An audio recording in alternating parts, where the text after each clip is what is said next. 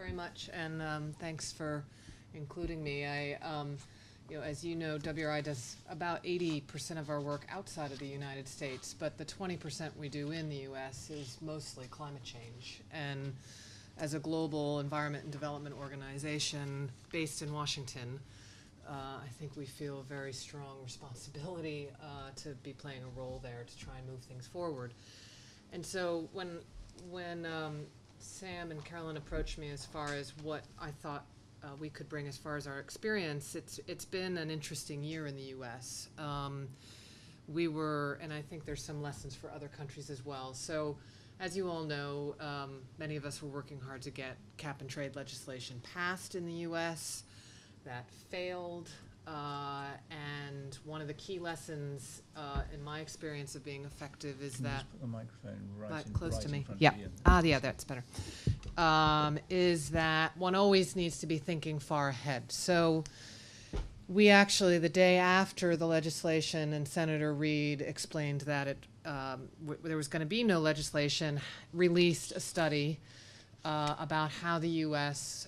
Could reach its 17% target through existing authorities that the president had that he had to actually use through things like the Clean Air Act and other authorities, which there was a Supreme Court finding a number of years ago finding greenhouse gases are a pollutant, therefore the president and the administration must act.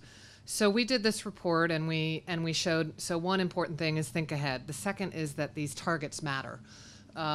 We did the 3 scenarios about how the U.S. could potentially get to the 17% target and engaged, of course, everyone that we could in both the writing of the report. So if you're a think tank, really use your reviews strategically of who is reviewing your report. We had all of the agencies engaged, we had the NGOs engaged, we consulted with business, and we updated that report and released it in between the inaugural address and the State of the Union. And this report was called Can the U.S. Get There From Here? It basically showed that the U.S. was not on track to meet the 17%, which is often a surprise to Europeans because everybody thinks the shale revolution has made everything easy for the U.S. But actually, if the U.S. doesn't put in place regulations, particularly in the power sector, it won't meet its 17% target. So we put out an update and we identified 4 primary drivers to meet that target: power plants, efficiency, HFCs, and methane. And again, we did all of the consultations and released that report, which then we found was being carried into the White House by lots of people because it was a package. So the other piece of these are really basic things, but is the communications matters and the narrative matters. So what our report helped happen was going from is the president going to do something on tar sands or on power plants to we need a national action plan, apropos LEDs in a way, an American version of it, I would say, that actually brings everything together that's occurring, but also shows that the administration is serious about meeting this target. So what we did was a very concerted plan internally. I think many think tanks and NGOs have amazing people on our boards that we never asked to do anything like this, right? So we looked at our board, and we have amazing people on our board. And when I went to them and didn't say we do something on power plants or tar sands, but I said we need a national action plan, and here's the plan. We've got all of the analysis. We've done the work. Will you help us? And I had done the political mapping of the White House and done the political mapping of who was on our board.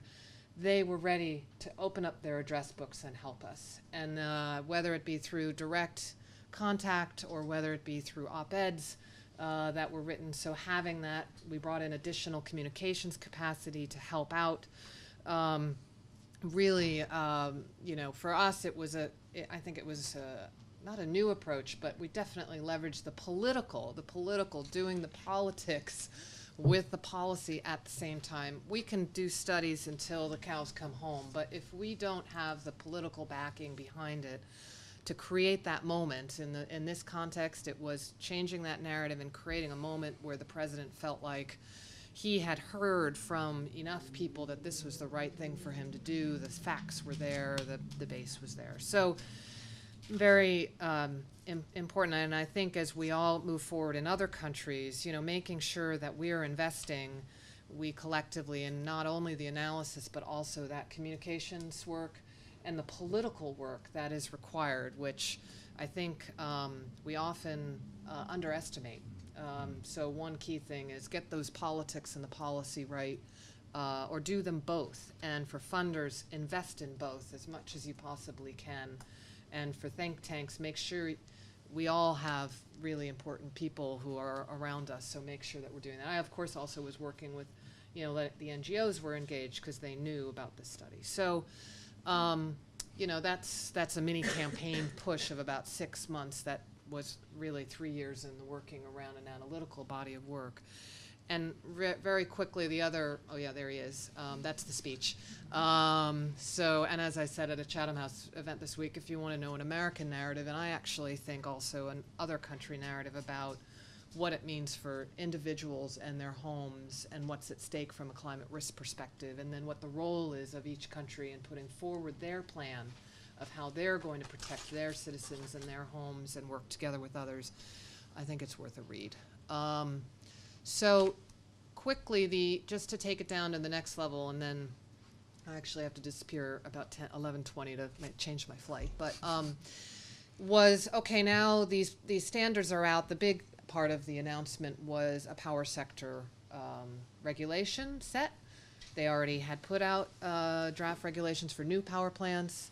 The question is, what happens with existing power plants in the United States? Major source of emissions. So what we're doing now is, this is an NRDC report, a large NGO in the US that looked at economic studies of the power sector and a pathway forward, how to implement those regulations. You can't really see this well, we've broken it down to the state level. Because the way that this works is it's a federal-state partnership, right? So the feds will come out with draft rules, they're out for consultation, but it's really every state will have to do a state implementation plan. So every state, just like every country or every province, will want to know, what does this mean for me? So what we did, and we're doing now, we just released Pennsylvania, this is Ohio, and the point is we looked at what do those states already have on the books. So, and what kind of reserves do they have? So Ohio, everybody thinks of coal. They also have a lot of gas. They have a renewable portfolio standard. They have efficiency standards. And then we mapped what we thought they could be doing with this NRDC scenario. We have a third scenario in our report called the Go-Getter, which goes beyond NRDC. And we found Ohio actually would do just fine. But we combine that with communications, local partners who release the report, same type of model. So I guess my lessons are, no matter where you are in the world, invest equally in the outreach and the communications as in the analysis. That's a think tank saying that. So, think ahead. Think 8 to 12 months in front of that debate, and make sure you have the answers at the right moment, at the right time, with a good communication strategy. So thanks. Jennifer, thank you very much indeed. Thanks to the panel. I'm going to open it immediately to you, but just remind ourselves from the story of the Bangladesh Central Bank to the LDC's actions, to a knowledge and learning network, to the Chile and Peru story, the UK story, and that US story. And I think that very powerful message about building communications and the policy and the politics being interwoven, which I think Pippa told us the narrative of very well as well, is important.